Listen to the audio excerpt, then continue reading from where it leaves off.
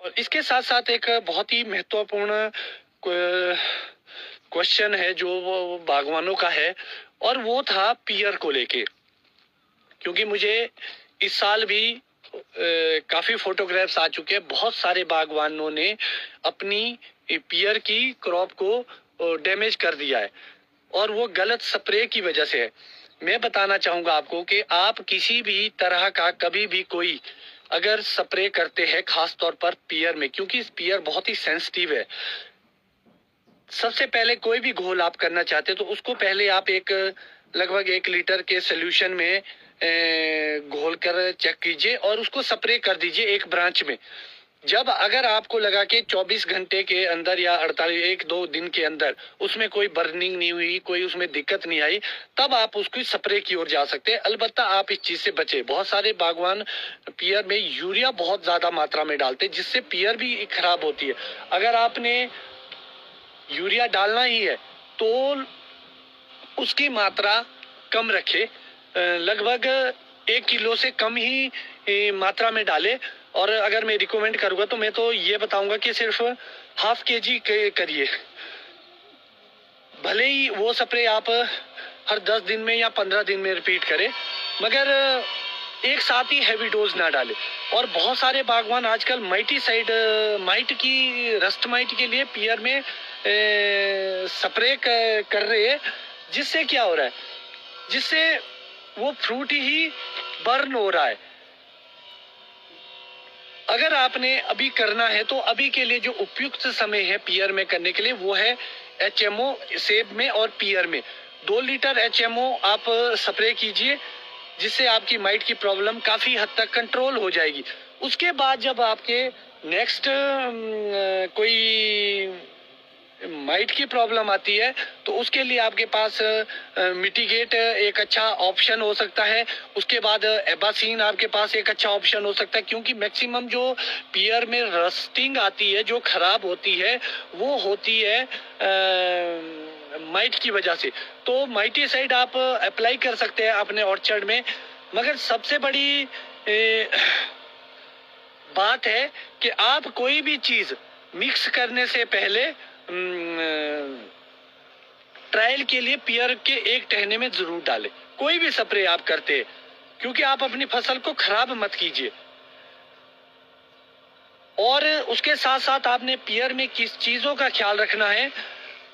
अमूमन जो आपके सेब में स्प्रे होती है फंगेसाइड की या न्यूट्रिशन की, वो आप पियर में भी कर सकते हैं, कोई दिक्कत नहीं है। जो सेब में है वो भी पियर में हो सकती है। अगर आप एक्स्ट्रा कुछ करना चाहते हैं, अगर बारिश बढ़िया आती है कुछ दिनों में, अभी तो आज भी मौसम खराब बता रहा है, कल परसों चांस है, उम्मीद है कि इस सूखे से हम सबको निजात मिलेगी। तो आप यूरिया को पियर के सॉइल के माध्यम से भी दे सकते हैं, या तो आप उसको घोल के दीजिए या आप ग्रेनुअली डाल दीजिए अगर आपकी बारिश अच्छी आ रही है।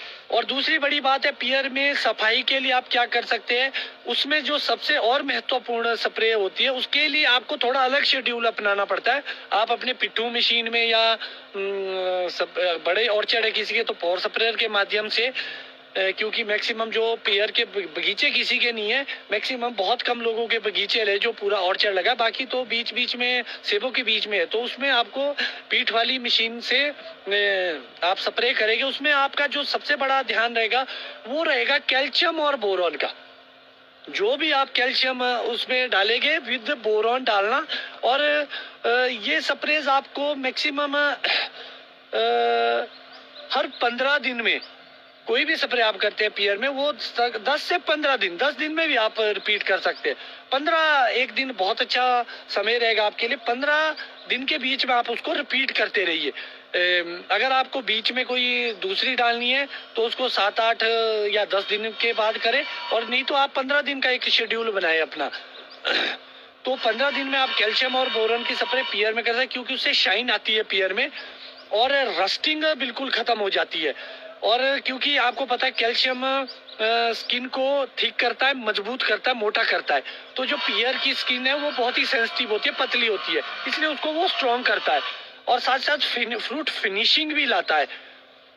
और इसके बाद जो एक प्रॉब्लम आएगी नाशपाती में, वो आएगी आपकी बरसात में।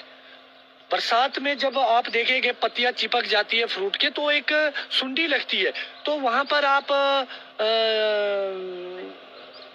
फ्लूमेंडामेंट की स्प्रे कर सकते हैं। जैसे अगर मैं आसान भाषा में बताऊँ, आप देखेंगे टाटा का टकुमी भी आता है, इफ्को कंपनी का भी टिकी भी आता है एक, और भी बहुत सारी कंपनी ऐसे प्रोडक्ट बनाती है, आप किसी का भी इस्तेमाल कर सकते हैं।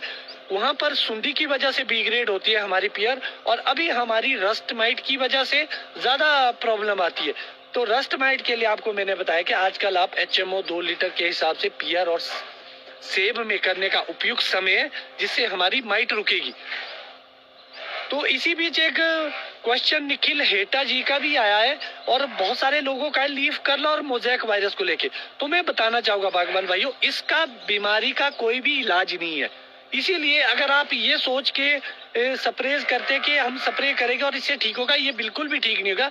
ये वक्त के साथ साथ खुद ही इसकी पत्तियां पीली पड़ के झड़ जाएगी और नई फ्रेश पत्तियां बढ़िया आएगी। आपको इसके लिए कोई भी स्प्रे एक्स्ट्रा करने की कोई जरूरत नहीं है। जो आपका शेड्यूल है आप उसको ही पूरा करें।